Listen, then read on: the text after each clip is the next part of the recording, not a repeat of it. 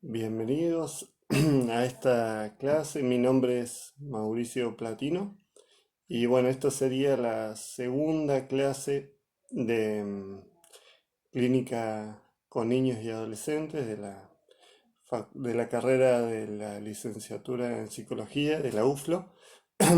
Sería la segunda clase porque bueno, en la primera clase envié una presentación y un texto. em, con la idea de poner bastante texto a las dos cosas para ir trabajando y introduciéndolos en la temática. Así que bueno, pero ahora va a ser una clase en donde voy a repasar un poco esos dos textos y agregar y profundizar un poco, por lo menos, en la cuestión de la constitución subjetiva.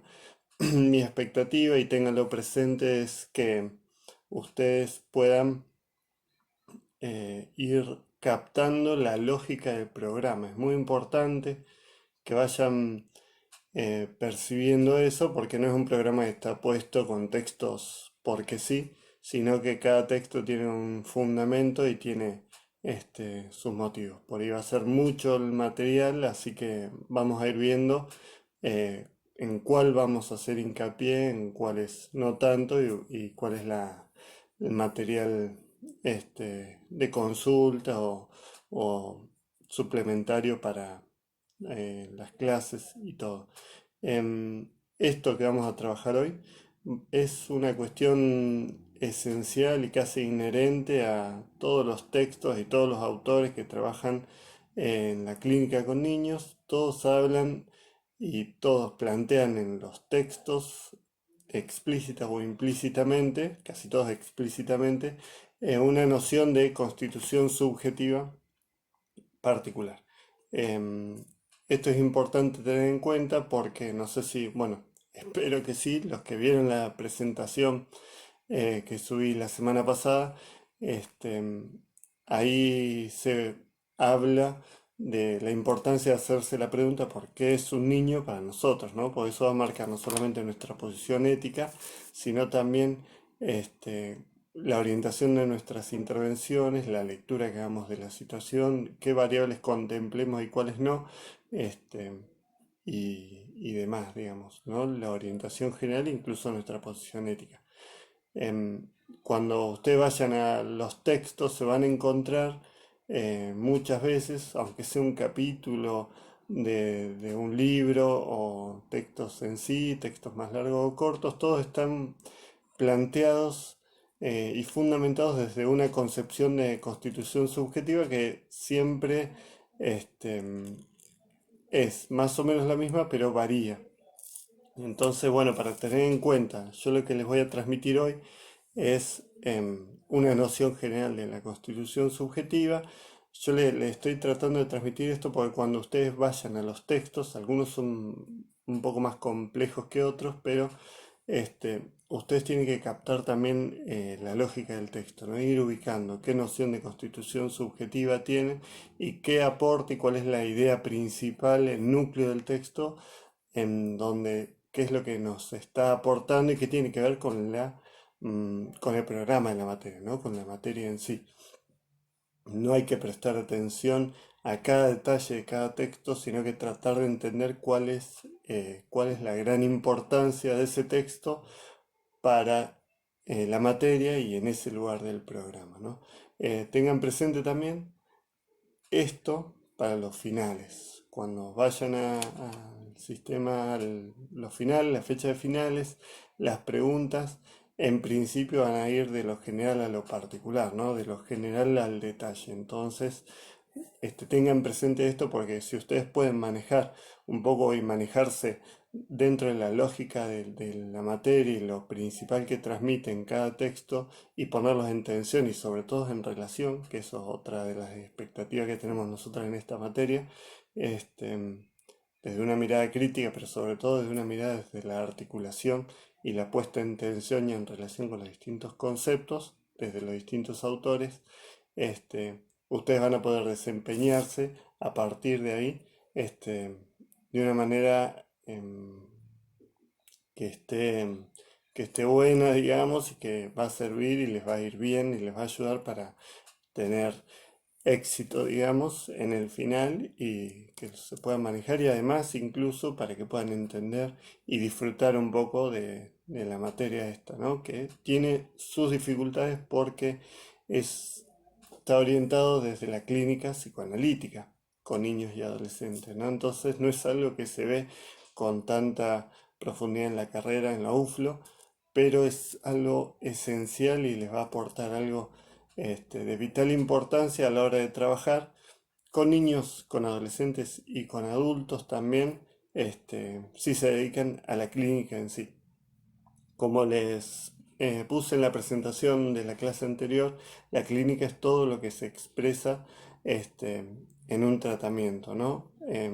La definición tiene que ver más con todo lo que se dice en un tratamiento, pero todo lo que se expresa a mí me permite introducirlos a ustedes en la cuestión de la clínica con niños, porque no es solamente lo que se dice verbalmente, sino también lo que se juega, lo que se expresa corporalmente, el tipo de vínculo que se arma, lo que no se dice, lo que no se puede decir y cómo eso se trabaja. Nosotros en la clínica con niños muchas veces tenemos que trabajar con chicos que no hablan o no tienen una buena capacidad expresiva, este, o incluso directamente que no hablan, y ni hablar de chicos con autismo, por ejemplo, donde hay un rechazo en el lenguaje, ¿no?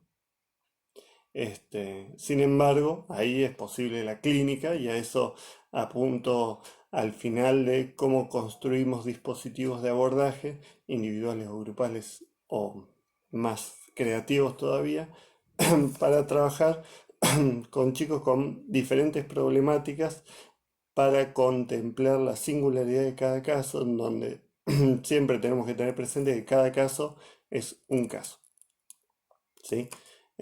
Bueno, en el texto de Paulo Peusner, que subí la semana pasada, habla del sufrimiento de los niños y hace clara referencia a la cuestión de cómo hay un parte del equívoco del título, ¿no? El sufrimiento de los niños puede hacer referencia tanto a lo que el niño sufre o lo que el niño hace sufrir.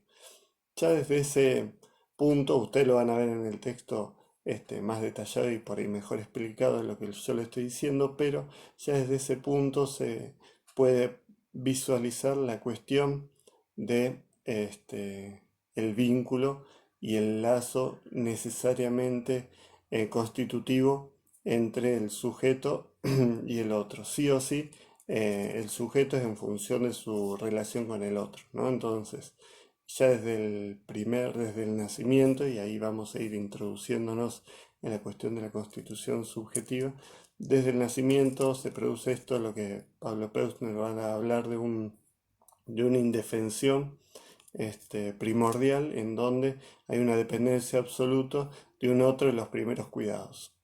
Tengan presente que en los textos en general, sobre todo los que son un poco más antiguos, va a hablar de la figura de la madre, y la madre como la cuidadora y los primeros. Estos son cuestiones que hoy por hoy podemos tener un poco más en claro, en donde no es necesariamente la madre la figura que va a brindar y que va a cumplir esas funciones, sino que con claridad yo les digo que las funciones son cumplidas por cualquier persona que realice esos primeros cuidados y nunca y no necesariamente es una sola persona, sino que pueden ser varias personas.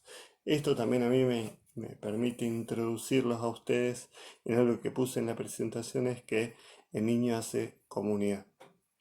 ¿Cómo es esto? Es que sin la presencia de otros, no es posible que un niño viva, ¿no? Entonces, y si un niño vive, por otro lado, si un niño, un bebé, permanece con vida, algo del orden del deseo de un otro está en juego que lo está sosteniendo con vida. Si no, la vida es imposible. Esto me permite también introducirle algo que espero más adelante en la cursada les vaya quedando y se les vaya grabando. No se trata de una cuestión de desde las primeras entrevistas, ni mucho después, mucho menos después, pensar en, bueno, si un niño fue deseado o no.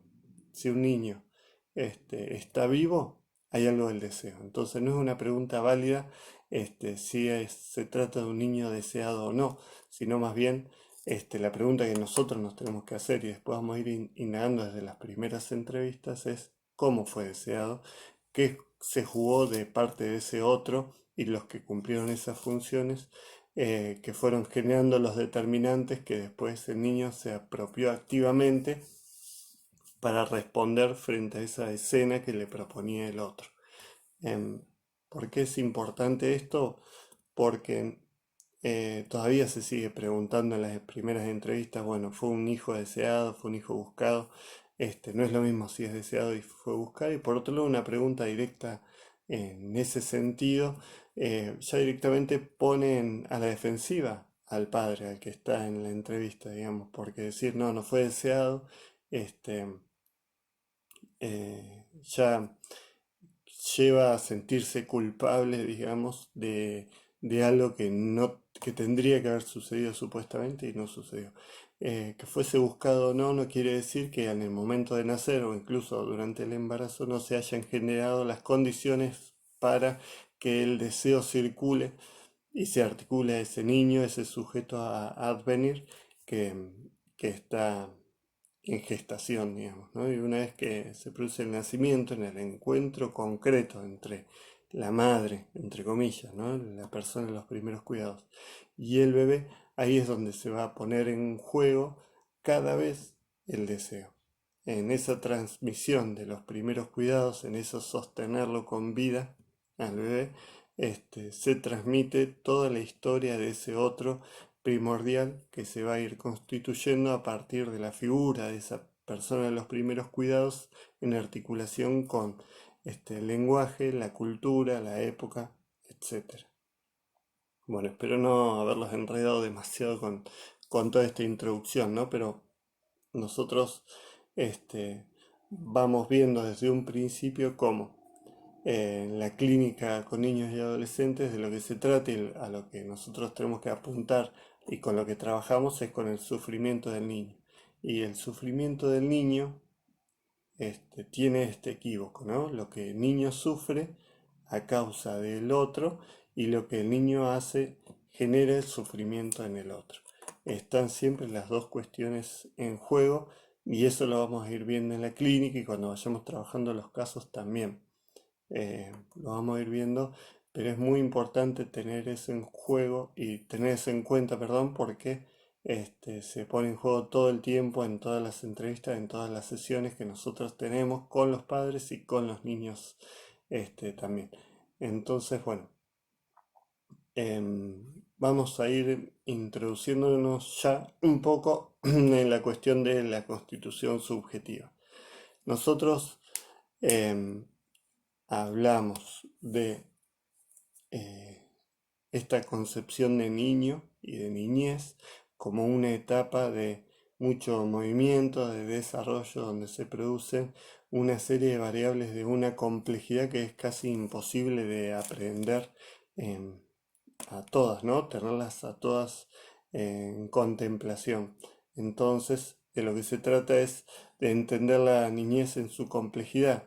En la presentación de la semana pasada yo puse claramente por qué voy a tratar de hablar de niñez y no de infancia, porque niñez a mí me permite dar cuenta de toda esta cuestión dinámica donde los tiempos no solamente son cronológicos, sino también lógicos, me permite introducir la concepción desde el paradigma de la complejidad, en donde la causa y el efecto no es lineal, sino que el efecto también retroactivamente influye en la causa, en las causas, además no son causas y son sistemas causales que se codeterminan con sistemas de efectos y respuestas por parte del sujeto.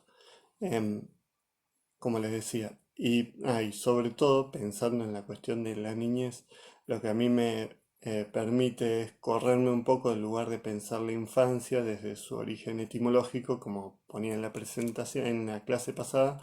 este, la infancia hace referencia al que no tiene voz, sin voz.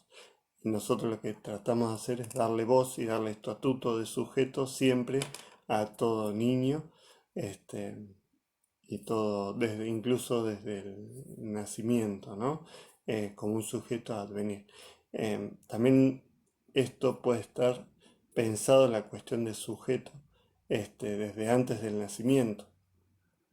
¿Por qué? Porque es todo lo que em, la persona, digamos, la madre, que lo espera o que se imagina la llegada de ese bebé, va haciéndose en su imaginación, en su fantasía, cómo va a ser ese sujeto después del nacimiento. Ahí ya su hijo, y ya hay algunos rasgos que se van anticipando, que después, con el nacimiento concreto, el encuentro en sí, desde el primer encuentro entre la madre y el niño, se van a poner en juego todos esos elementos, pero ya estaban presentes de antemano, por eso desde lo simbólico está presente antes incluso del nacimiento.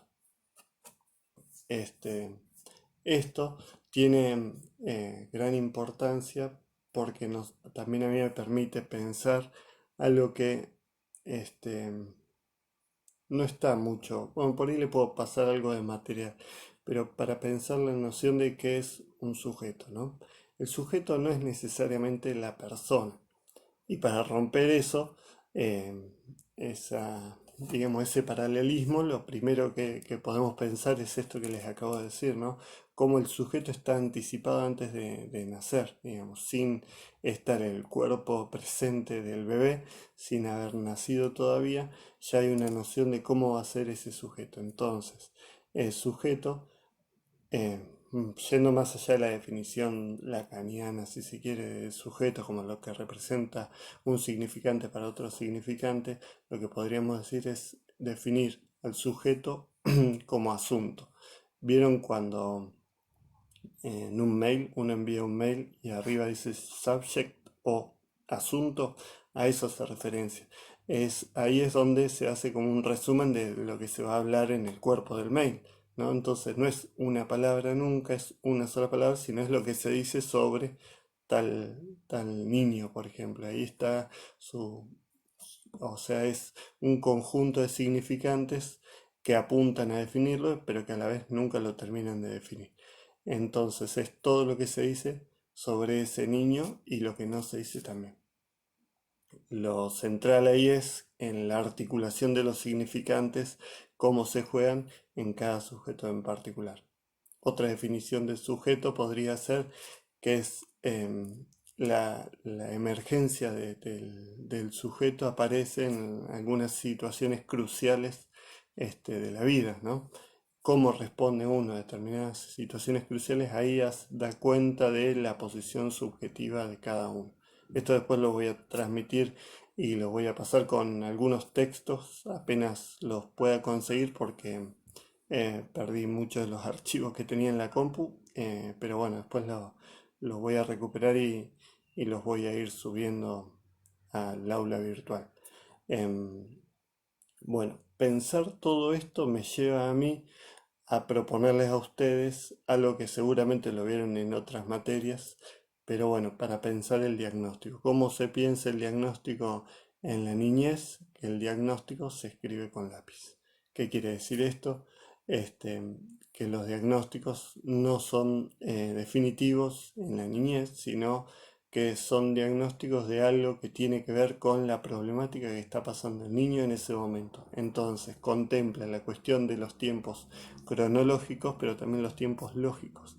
Cuando se habla del desarrollo del niño, se suele hablar o se habla directamente de hitos concretos que vienen en un orden determinado. Sin embargo, lo que a nosotros nos da la pauta en el trabajo con niños y sobre todo en problemáticas graves es que muchas veces esos hitos no están dados, primero que no vienen naturalmente, sino que es algo que se tiene que lograr, algo a lo que se tiene que llegar, y segundo, no son siempre dados de forma gradual, mucho menos natural como les decía, pero este, no son de forma ordenada siempre, y entonces nosotros, sobre todo en las problemáticas graves de la niñez, nos encontramos con que no es tan fácil que un niño de golpe este, se siente, pueda sostenerse, puede sostener el tronco erguido y pueda dirigir la cabeza para mirar a donde quiere. No siempre es tan fácil pasar desde llegar al balbuceo, del balbuceo a armar palabras y de armar palabras a armar frases, y no es fácil apropiarse del cuerpo para empezar a caminar, reconocerse en el espejo, incluso antes de esto y después de esto también. Este, Son todos hitos que no siempre se dan y si uno pudiese indagar en cualquier niño, eh, más allá de la problemática, se va a encontrar con que el desarrollo de cada uno siempre es muy singular y diferente al de los demás. Entonces, esto de pensar al niño como en desarrollo a mí me permite pensar que se está apropiando de algunos elementos, está en movimiento, que todavía no están constituidas algunas cuestiones, por un lado y por otro lado que esas cuestiones, teniendo en cuenta que esas cuestiones no se van a dar naturalmente, ni simplemente porque sí, ni tampoco gradualmente siempre, sino que se van a dar de manera muy diferente y particular en cada caso. Em, el desarrollo de un niño siempre se da nunca es lineal como le decía, siempre se da con avances y retrocesos. Entonces nunca podemos, a partir de lo que vemos y lo que evaluamos un niño, hacer un diagnóstico definitivo de una situación, porque siempre nos están quedando muchísimas variables por fuera y además sobre todo tenemos la variable del tiempo posterior al momento en donde hacemos la evaluación, donde no sabemos cuál va a ser los movimientos posteriores que va a hacer el niño en su crecimiento, en su desarrollo y en los avatares a los que se puede enfrentar, ¿no? Y todas las marcas que esto puede dejar. Cuando yo hago un paréntesis, cuando hable de marcas, no siempre piensen en marcas traumáticas, sino que también las marcas son experiencias de disfrute también, ¿no? Esto es muy importante porque uno siempre desde la clínica la piensa solamente desde ubicar los elementos negativos, los que generaron trauma, los que generan obstáculos, los que generan detenciones, y uno se pierde de ver todo lo que generó movimiento, lo que generó progresión, lo que generó disfrute o momentos de felicidad. Para nosotros pensar la clínica, la dirección de las intervenciones, tenemos que tener en cuenta eso porque esos puntos de disfrute, esos puntos positivos que dejan marca también son a los que va a ir tomando el sujeto para apoyarse y afrontar las diferentes situaciones que pueda encontrar en sus dificultades, ¿no? Esto lo digo así nada más, después lo voy a ir desarrollando.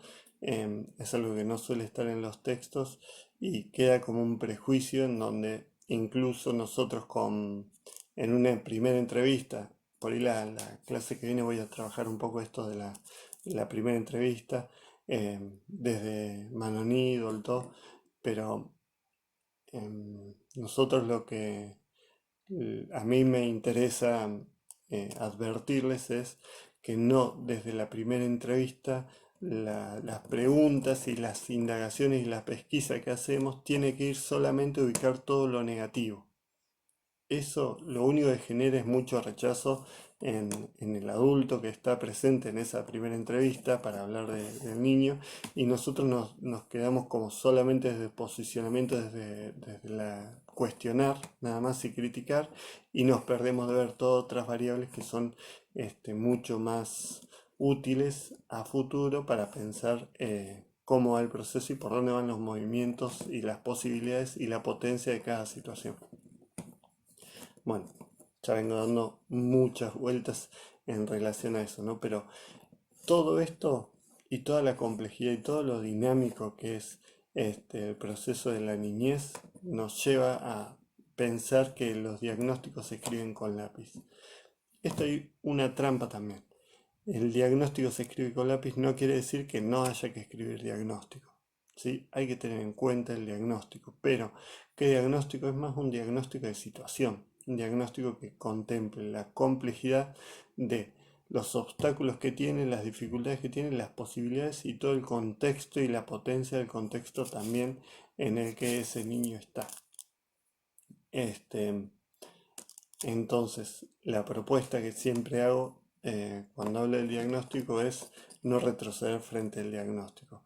Esto quiere decir que no hay que abordar en la cuestión diagnóstica con mucho cuidado. No hay que negar el diagnóstico, hay que tener cuidado cuando se da un diagnóstico, a quién se lo da también, de qué manera, pero cómo pensamos el diagnóstico, porque también es la orientación que nosotros vamos a tener y que pueden tener otros en relación a la problemática del niño. El diagnóstico es válido solamente si da cuenta de la lógica de lo que le está pasando a ese niño. Entonces, el diagnóstico tiene que responder algo de qué le pasa a ese niño, de qué sufre, con quién sufre y cómo está pudiendo hacer con ese sufrimiento. Tengan presente, como les dije, puse en la primera presentación, que toda respuesta sintomática, hasta lo más ruidoso de lo que un niño trae, es la respuesta y es la mejor respuesta que puede dar para enfrentarse al sufrimiento.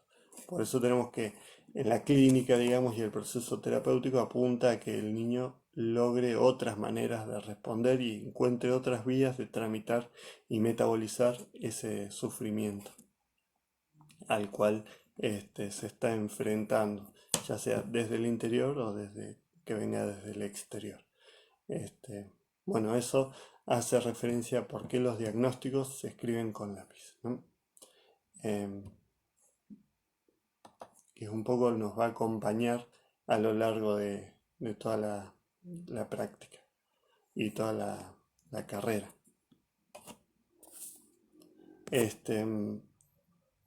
Bueno, para introducirnos en la noción de la constitución subjetiva, que Pablo Peusner en el texto Sufrimiento de los niños lo trabaja con bastante claridad, aunque algunas cuestiones, algunos conceptos por ahí les resulten un poco complejos de entender. Yo lo que les diría es no asustarse, como con todos los textos, ¿no? Hay algunos textos que son más difíciles todavía, que ahí los voy a querer ver cómo se las arreglan. Pero bueno, le vamos a buscar la vuelta con esta forma virtual de la clase que estamos, de las clases de la materia que estamos encarando, ¿no? Bueno, por ahí después vamos a armar un foro o algo así para ir trabajando algunas preguntas y respuestas. Les propongo así, ahora lo voy a subir a la presentación. Yo tengo como referencia y como guía lo que ahora les voy a subir. No sé editar un video como para ir poniendo la imagen y hablando, así que lo voy a simplificar porque me voy a complicar mucho con, con ese armado. Les propongo esto. El origen, el origen del sujeto lo vamos a ubicar como la constitución subjetiva, ¿no? Y todo lo que se produce en la constitución subjetiva que no empieza, como les decía, con el nacimiento, sino que viene de antes, a veces de mucho antes y a veces simplemente durante el embarazo se previene, pero las determinaciones conllevan toda la historia de esos padres.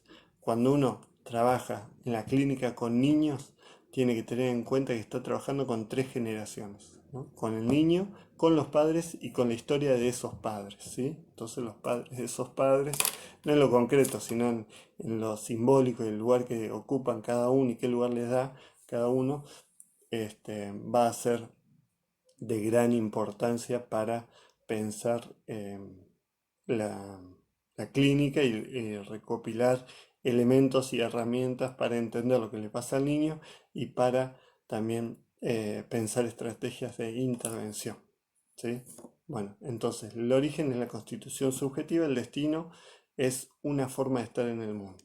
Todo el proceso de constitución subjetiva que no se da en el nacimiento tampoco, sino que viene de antes, pero también se va produciendo y va adviniendo el sujeto con el desarrollo, va a concluir, entre comillas, porque estamos hablando de tiempos lógicos, de una forma de estar en el mundo.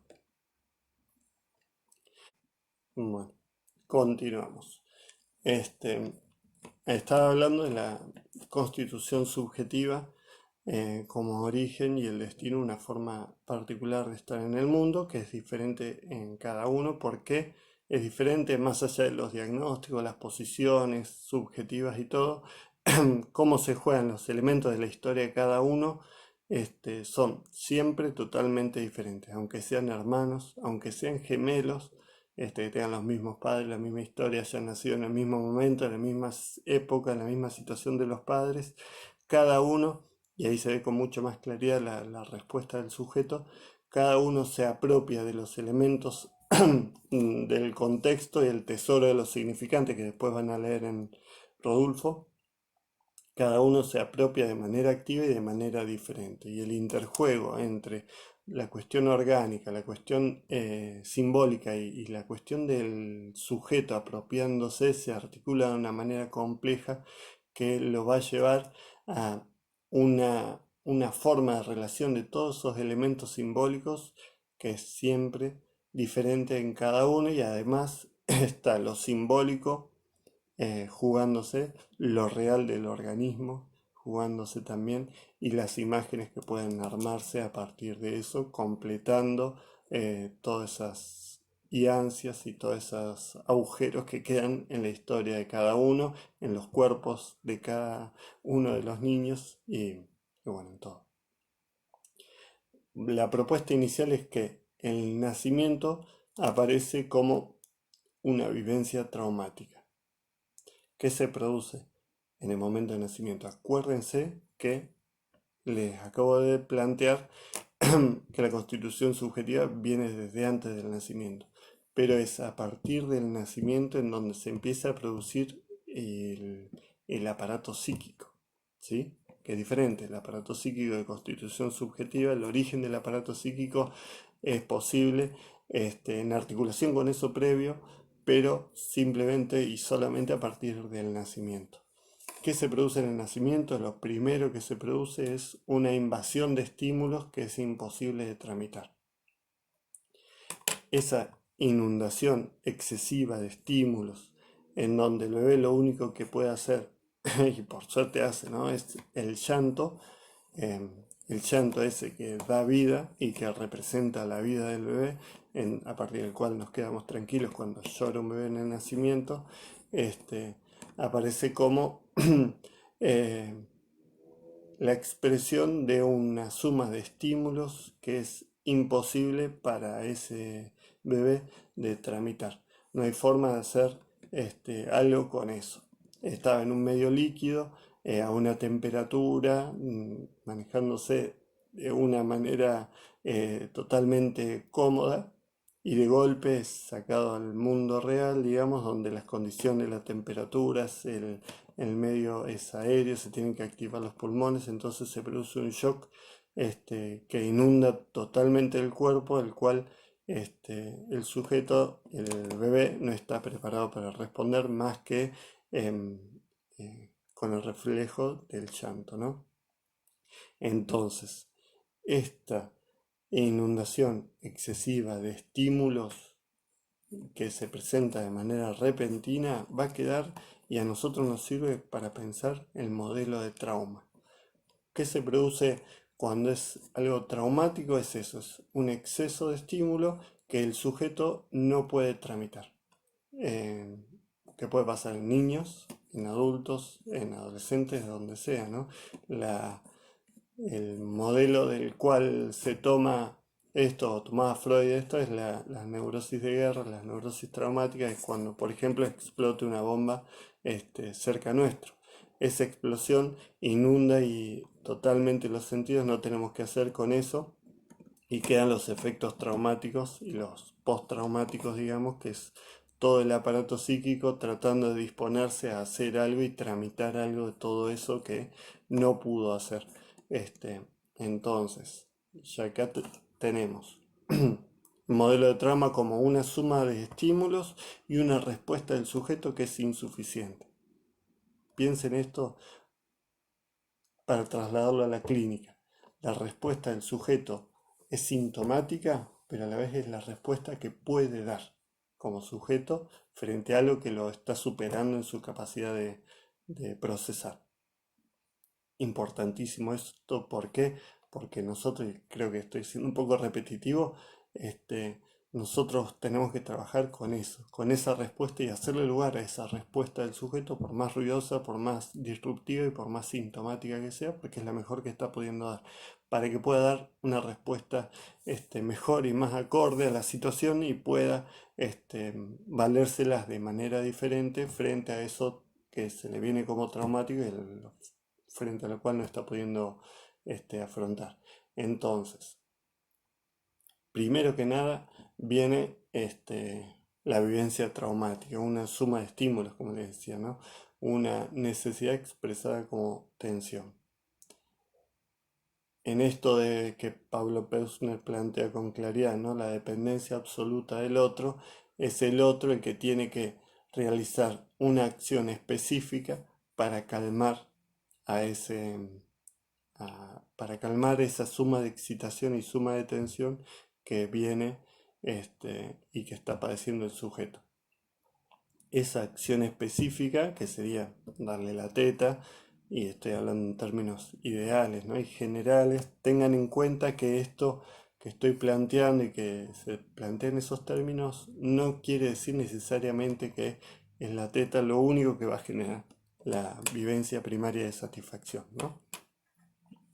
Lo vamos a hablar como eh, una forma de decir, y téngalo en cuenta que es más metafórico que real. No necesariamente es la madre que tiene el bebé dándole la teta para alimentarlo y todo ese primer contacto físico que se juega. No necesariamente es la única forma de constitución subjetiva y la única forma de generar una primer vivencia de satisfacción. El contenido de eso va a tener que ver con los efectos posteriores y ya se empieza a jugar ahí lo simbólico. Entonces, ¿qué vemos acá? El momento de nacimiento, lo traumático, el bebé nace y ya nace en un medio que lo que primero que hace es golpearlo con estímulos. Pero no solamente con estímulos reales y concretos, sino también nace en un contexto, el que sea, ¿no? Puede ser el hospital, una casa, donde sea, pero todo lo simbólico también ya está teniendo efectos traumáticos sobre ese bebé. La forma en que es recibido, que es agarrado, que sea un especialista o alguien, todo eso ya va generando efectos desde lo simbólico y lo simbólico tiene estos efectos traumáticos también en el bebé. Complejo para pensar, pero ténganlo en cuenta y tengan en cuenta todos estos elementos que por ahí a ustedes les cueste entender, por ahí sí los entienden, ¿no? Pero porque muchos de los conceptos después van a ir decantando y lo van a ir entendiendo de una manera diferente y le van a ir dando un poco dimensión a la complejidad de lo que se va trabajando en la materia, de lo que van trabajando los autores y la forma en que los van planteando o cómo yo los voy transmitiendo también, ¿no? Este, entonces tenemos la vivencia traumática, inundan los estímulos, desbordan los estímulos, no hay una barrera de contención. Ahí viene un otro de los primeros cuidados que hace una acción específica que calma a ese sujeto. Esa primera vivencia deja una marca. Entonces, acá mire, ya con esto que estoy diciendo me permite a ustedes transmitirle esto que es algo que venimos desarrollando, ¿no? Como tenemos la marca de lo traumático y la marca de algo que responde a eso traumático, ¿no? Es un otro interviniendo con una acción específica que genera la primera vivencia de satisfacción.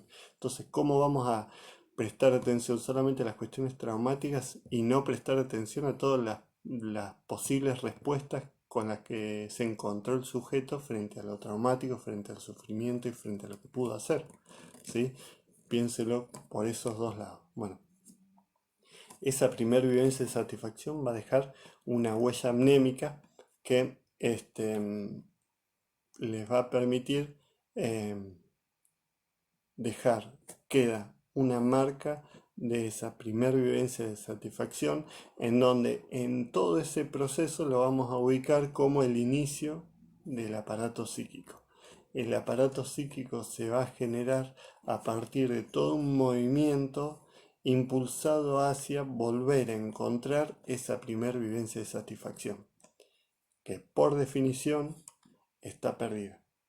¿Sí? Es imposible que el bebé vuelva a encontrar esa primer vivencia de satisfacción con todo lo que genera, ¿no? Por eso hay algo ahí de un efecto alucinatorio posterior en donde el bebé supuestamente, como hay una intención de vivenciar alucinatoriamente esa primer vivencia y volver a encontrarla, ¿no? Entonces, gracias a que no la puede volver a encontrar, pone en marcha el aparato psíquico en una búsqueda constante y permanente de alcanzar esa satisfacción perdida. Gracias a que no se puede encontrar, el aparato psíquico se pone en movimiento y ahí es donde podemos pensar como el empuje del deseo, ¿no? El deseo de poder volver a encontrar algo de eso. Que después esto se va a transformar en que el deseo mismo está en el recorrido, ¿sí? En el recorrido mismo, en la búsqueda, no en el encontrar, porque nunca lo va a encontrar. Siempre va a haber un resto entre lo que busca y lo que realmente encuentra. Así que bueno, yendo un poco más el detalle, tenemos como para representarlo. El primer estímulo de un bebé, después de esa primera instancia, digamos, es un estímulo interno de hambre, por ejemplo, ¿no? Primero siente hambre, entonces es algo interno, no es algo necesariamente externo que viene, sino que es una imposibilidad de hacer con algo y un gran monto de tensión frente al cual no puede responder más que de una manera, el grito, con el grito. El grito en sí es la primera respuesta del bebé, del viviente, este, frente a esa suma de tensión. Entonces tenemos que la primera respuesta es claramente insuficiente, es un grito, pero posibilita a una acción específica que viene de afuera, que es el otro de los primeros cuidados, que viene a calmar algo de esa tensión interna, ¿sí? Esa, entonces tenemos primero el hambre, tensión, el grito como primer respuesta del bebé. La acción específica sería, como les vuelvo a decir, entre comillas, darle la teta, por ejemplo, que engancha el darle la teta con el acto reflejo de succión. No solamente con el acto reflejo de succión, sino con el acto de reflejo de la mirada. El bebé cuando toma la teta tiene como reflejo también el mirar en determinado ángulo que coincide por suerte con el rostro de quien le da la teta, quien alimenta al bebé. Ahí se produce también una conexión primera entre la mirada. Todo ese movimiento, sobre todo a partir del enganche de la acción específica con el acto reflejo, queda como una experiencia de satisfacción. Toda experiencia de satisfacción parte de una insatisfacción bastante pronunciada, ¿no? Como una respuesta frente a esa insatisfacción frente a la cual el sujeto está indefenso. Este, bueno, como les decía recién, las consecuencias de eso es el deseo, que es la eterna búsqueda de eso perdido que les decía, esa primer vivencia de satisfacción, eh, queda perdida y a partir de ahí el aparato psíquico se lanza a la búsqueda de reencontrarse con algo de esa primera vivencia de satisfacción. Pensado desde otro lugar, yo lo suelo transmitir como la dialéctica de la necesidad, demanda y deseo. Después lo vamos a ver. Pero acá estamos al punto de la necesidad, ¿no? En la dimensión de la necesidad, del hambre y la alimentación. Eso queda como marca. La búsqueda después de encontrarse de vuelta con esa vivencia de satisfacción hace transcurrir por el lado de la demanda, en el sentido de que ese grito que tuvo una respuesta específica se transforma después en un llamado, ¿sí? Ese llamado es la demanda de la presencia de ese otro con las respuestas con las que supuestamente cuenta para afrontar las dificultades, digamos, o las insatisfacciones del bebé. El tema es que ya después, como les decía, la primera vivencia de satisfacción está perdida, la demanda de la presencia del otro, la respuesta del otro siempre va a ser insuficiente, dejando siempre ese resto que es el deseo que pone en marcha, y siempre hay un resto que se traduce como deseo que va a poner en marcha y siempre en la búsqueda de encontrar esa primera vivencia de satisfacción. En tanto está perdida por estructura, este, siempre va a estar en movimiento el sujeto en búsqueda de eso. Si esa primera vivencia de satisfacción se alcanzase realmente, generaría un estado de equilibrio absoluto, que sería equivalente a la muerte, ¿no? Entonces, por eso, la pérdida de esa vivencia de satisfacción y pensar el deseo son dos marcas de lo vivificante, ¿sí? ¿Por qué? Porque el deseo y ese punto de insatisfacción que genera el movimiento, es lo que marca que el sujeto está con vida, ¿sí? Si algo del deseo fuese satisfecho absolutamente, no necesitaría más nada y se moriría el sujeto. Entonces, las consecuencias del deseo, las consecuencias un poco más largo plazo va a ser el cuerpo. ¿Qué quiere decir esto?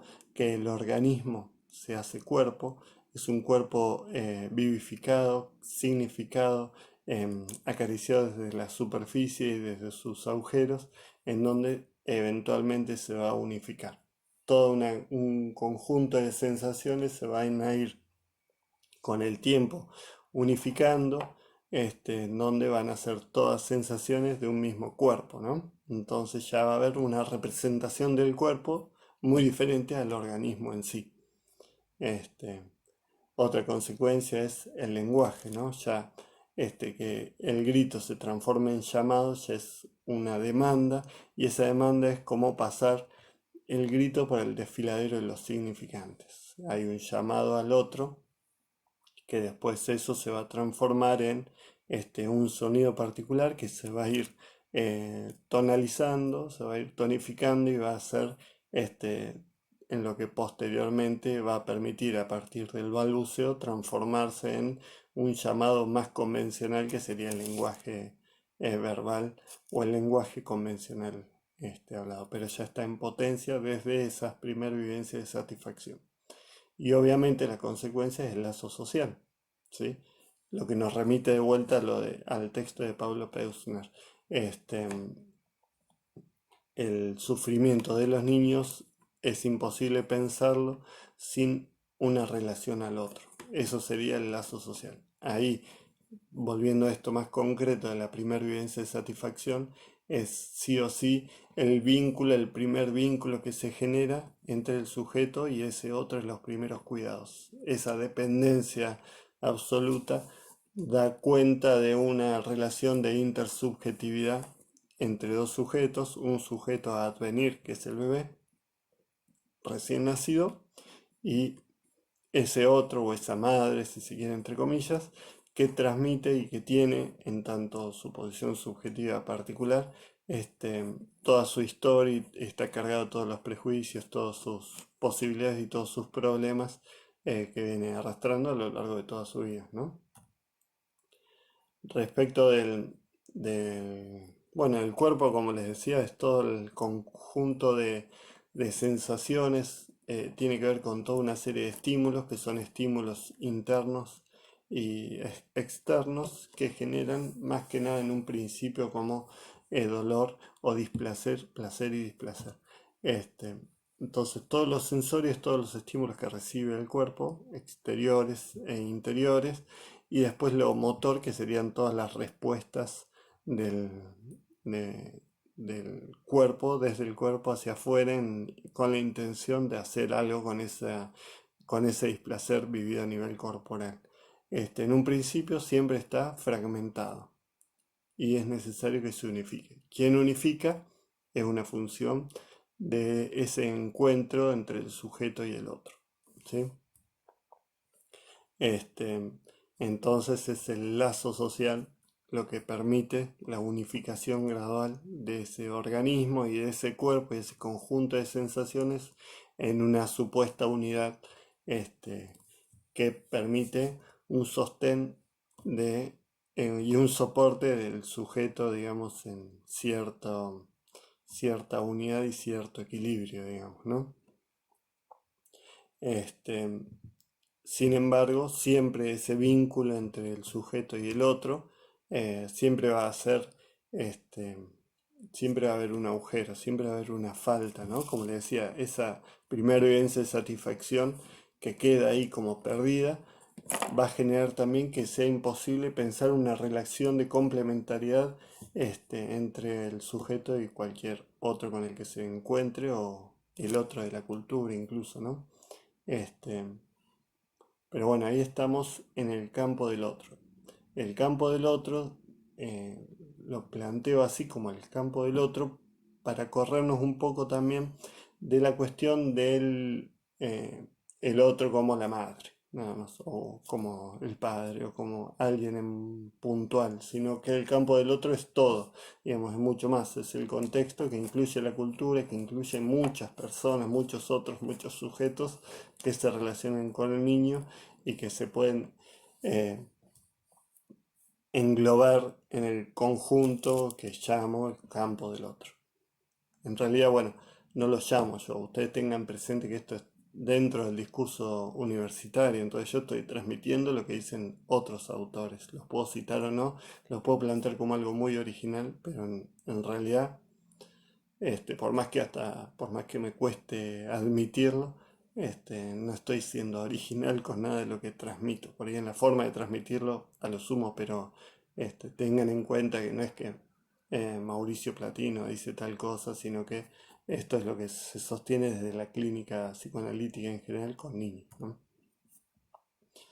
Este, bueno, eh, esto me permite a mí acceder a transmitirle algo en principio, eh, que no mencioné mucho, mencioné muy poco, que es la cuestión del lenguaje. El lenguaje es lo que presenta el campo del otro. Cuando hablo del campo del otro, también relaciónenlo con, en la primera presentación que subí en la clase en el aula virtual, que es la escena del otro, ¿no? Y el otro que propicia esa escena, que están todos los condicionantes, todos los determinantes, todas las posibilidades a partir del cual y del cual el sujeto se va a apropiar. Ahí vamos a ubicar también el tesoro de significantes que propone Rodulfo, de los cuales el tesoro de significantes es el conjunto finito de significantes. No son todos los significantes que existen, sino que son los que transmiten esos otros los primeros cuidados, los otros significativos para el niño.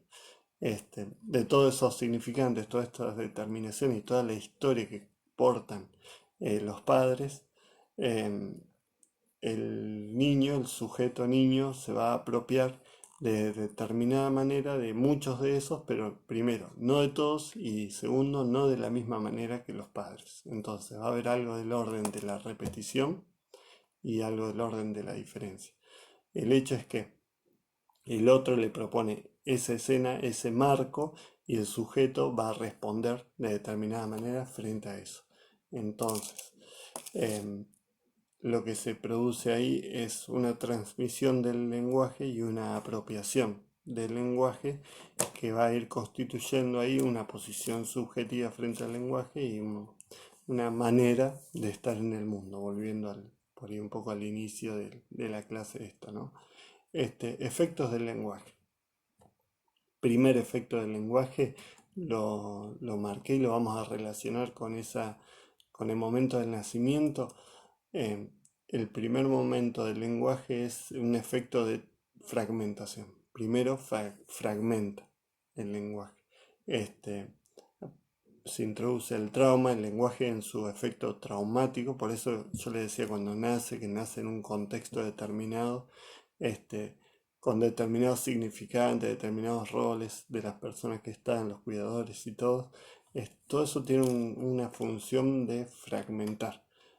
Aparece todo lo pulsional, todo lo interno y todo lo externo, y ahí podemos ubicar como la traza. La traza, no se compliquen por favor con esto, pero a mí me sirve para transmitirle.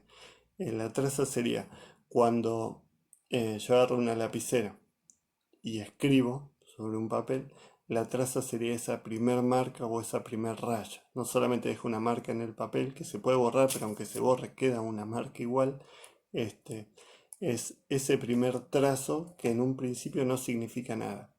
Cuando ese trazo toma determinada forma, una forma de letra, por ejemplo, una forma convencional, ahí ya estamos en el segundo momento, estamos hablando de tiempos lógicos, ¿no? Pero el segundo momento del lenguaje, que es el efecto de unificación. Cuando esa traza se cierra en sí misma y conforma una letra, por ejemplo, ya empieza a unificarse. Esa letra se asocia a otras letras, se puede asociar a otras letras y ya conforma la palabra. Entonces, ustedes ven que la palabra, al igual que la imagen, lo social, tiene un efecto de pacificación. El primero fragmentaba, genera trauma, tensión, y el segundo efecto del lenguaje es como pacificación y permite el lazo social. El lazo social básicamente sería el lazo entre una letra y otra que conforman entre ellas una palabra y después esas palabras con otras palabras. Es el primer efecto social del lenguaje. Espero no estar complicándoles mucho, ¿no? Pero tenemos un primer efecto de fragmentación y un segundo efecto que es de unificación. Si ustedes tienen en cuenta lo que le dije respecto de la traza, la palabra conlleva letras y las letras conllevan esa traza, ¿sí? La traza siempre está, entonces ese efecto traumático del lenguaje siempre está en un principio velado porque esa traza está transformada en letra y en palabras y en textos y en discursos, ¿no? Entonces, este, por más que nosotros vamos a trabajar con la palabra, tenemos que tener en cuenta que algo del efecto traumático del lenguaje siempre está conllevado en esa palabra. Em, Desde ahí podemos pensar la aparición del sujeto. Un sujeto definido en principio como lo que representa un significante para otro significante, como les decía, pero más que nada pensarlo como esto del asunto. A mí me interesa mucho más porque esta definición que acabo de dar de lo que representa un significante para otro significante, que puede ser como en el discurso parental está entre los significantes el sujeto, tiene una traba, que es cuando, por ejemplo, en el autismo hay un rechazo del lenguaje, lo que se rechaza es este segundo momento del lenguaje, este efecto de unificación no se llega a producir, entonces queda en el ámbito de la fragmentación. Sin embargo, ahí también hay sujeto, es un sujeto diferente a otro nivel, entonces la definición tradicional que les acabo de dar es un poco limitada para pensar algunas problemáticas más graves con las que nos encontramos en la clínica con niños y adolescentes. Este, bueno, entonces, acá podemos pensar la diferencia entre el organismo, que es lo que viene primero, después un cuerpo fragmentado y después un cuerpo unificado. El cuerpo fragmentado es el recorrido pulsional por las distintas partes del cuerpo en donde todavía no hay una unificación, que sería equivalente a este primer efecto de fragmentación que genera el lenguaje, y un segundo momento en donde a través de la imagen especular el cuerpo se unifica y a través de la instancia del otro, obviamente en el campo del otro, es que el cuerpo se puede unificar. Este, bueno, hasta ahí vamos a ir por hoy. Después veo de subir algún otro fragmento de la clase, pero en principio espero que no les haya complicado demasiado y puedan este, que pueda serle útil lo que hasta acá trabajamos. Después voy a tratar de subir más videos o más explicaciones sobre la temática. Em, y también voy a trabajar un poco más sobre esto del imposible de educar del niño por parte del otro y de la cultura. Bueno, me despido por ahora. Chao. Que estén bien.